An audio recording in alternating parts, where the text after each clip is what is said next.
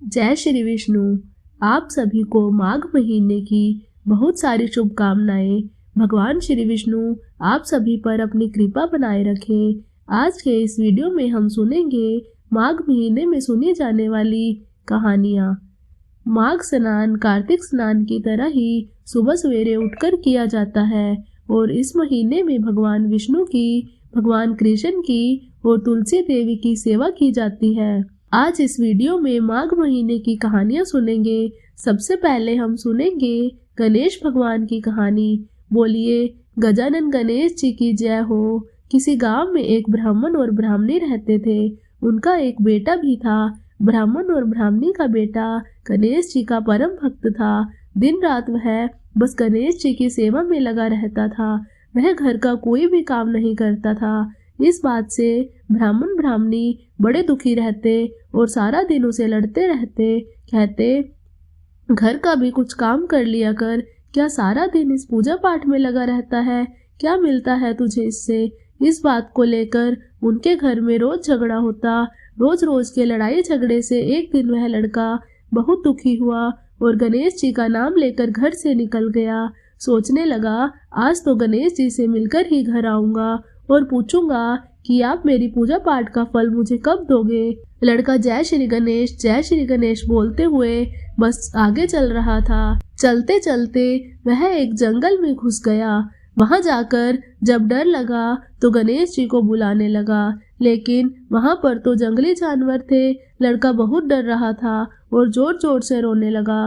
रोते रोते जय श्री गणेश चिल्लाने लगा।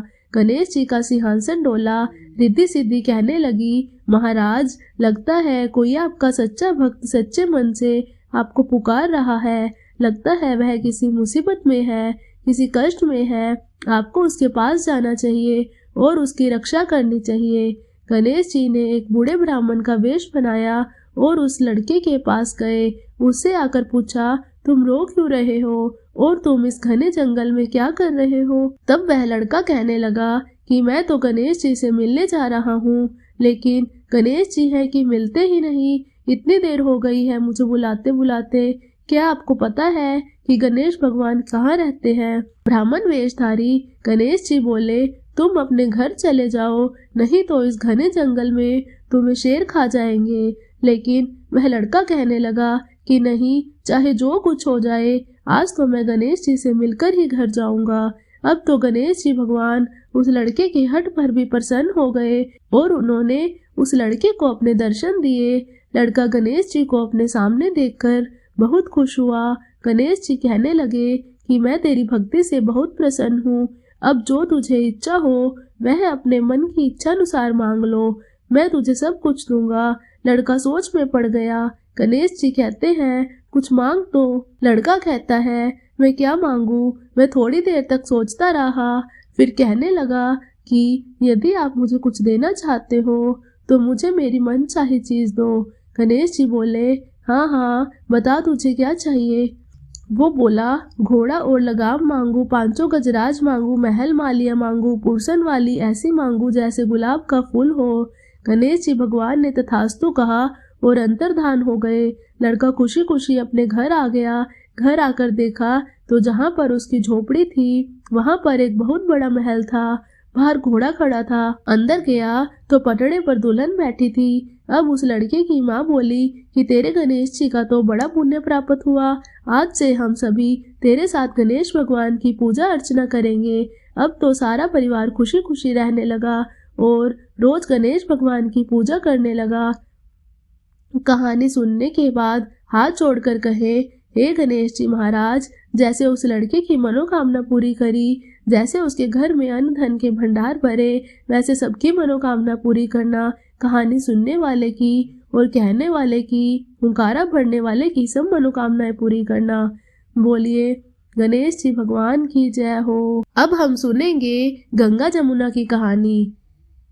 बोलिए गंगा माता की जय हो, यमुना माता की जय हो। बहुत समय पहले की बात है। एक दिन गंगा माता और यमुना माता ने सोचा कि चलो पृथ्वी लोक पर घूम कर आते हैं। दोनों ने सुंदर स्त्रियों का रूप बनाया और पृथ्वी लोक पर घूमने लगी। घूमते घूमते एक साहूकार के खेत में से होकर गुजरी तो रास्ते में जमुना माता ने साहूकार के खेत में से 13 दाने गेहूं के तोड़ लिए। गंगा माता कहने लगी, बहन जमुना, यह तुमने क्या कर दिया? तुमने तो पराया अन्न बिना अनुमति के ले लिया।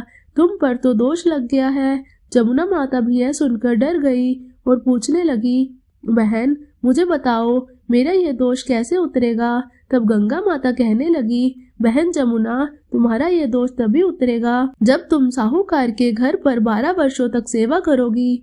अगर उनके घर में सेवा करोगी तो तुम्हारा अपराध मिट सकता है।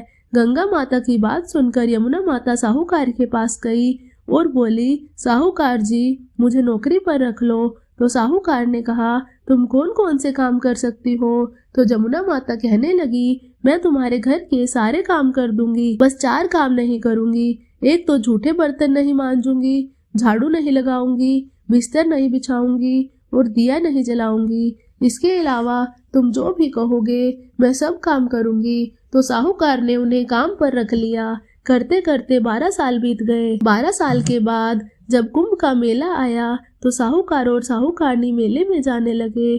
तो जमुना माता साहूकारनी से कहने लगी, साहूकारनी जी, लो यह एक सोने का टका ले जाओ और वहाँ पर तुम्हें मेरी बहन गंगा मिलेगी। यह टका उसे दे देना। फिर वह गोरे गोरे हाथों में हरी हरी चूड़ियाँ पहनकर यह टका ले लेगी। साहूकार साहूकारनी गंगा जी के तट पर पहुँच गए और वहाँ जाकर बोले कि लो, तुम्हारी बहन ने ये सोने का टका दिया है। तब गंगा माता ने गोरे गोरे हाथों में हरी हरी चूड़ियाँ पहनकर साहूकार से वह टका ले लिया और साहूकार से कहने लगी, साहूकार जी, मेरी बहन जमुना से कह देना कि तुम्हारे 12 साल पूरे हो गए हैं, अब तुम वापस आ जाओ। साहूकार साहूकारनी नहाकर वापस आ गए।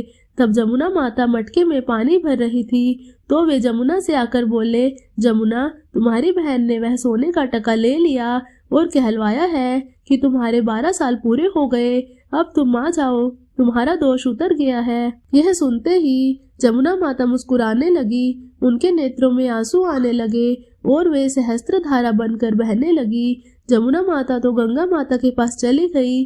जब साहूकार साहूकारनी ने यह चमत्कार देखा तो वे सारी बात समझ गए। दोनों बड़े दुखी और शर्मिंदा हुए और कहने लगे, यह तो जमुना माता थी, हमसे तो बहुत बड़ा अपराध हो गया है। हमने तो इनसे घर का ऊंचा नीचा सारा काम करवाया, हमें तो बड़ा दोष लग गया है। अब वे रो रो कर पश्चाताप करने लगे।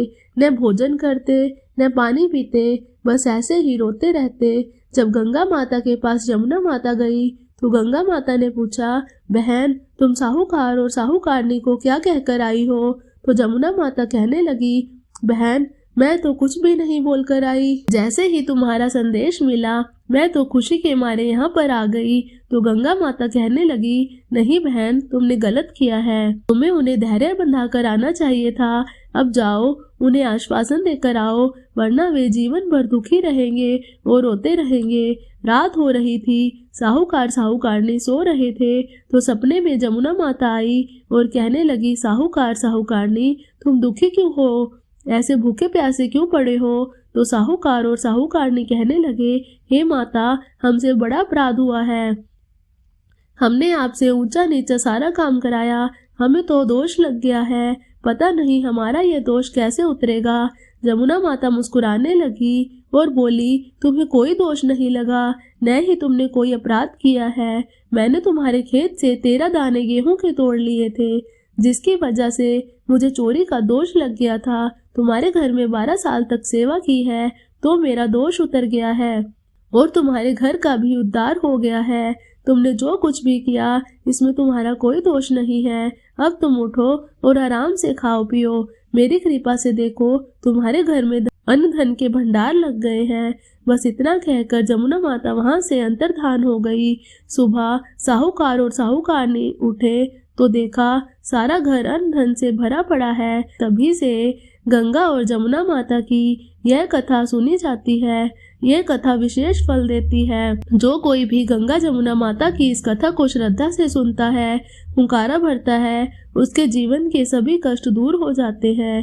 हे यमुना माता, हे गंगा माता, जैसे आपने साहूकार और साहूकारनी को दर्शन दिए, जैसे उनकी मुक्ति कराई, वैसे सबकी करवाना। कहानी सुनने वाले कहने वाले, हुंकारा भरने वाले सबकी कराना, और जैसे उनके घर में अन्न धन के भंडार भरे वैसे सबके घर में भरना।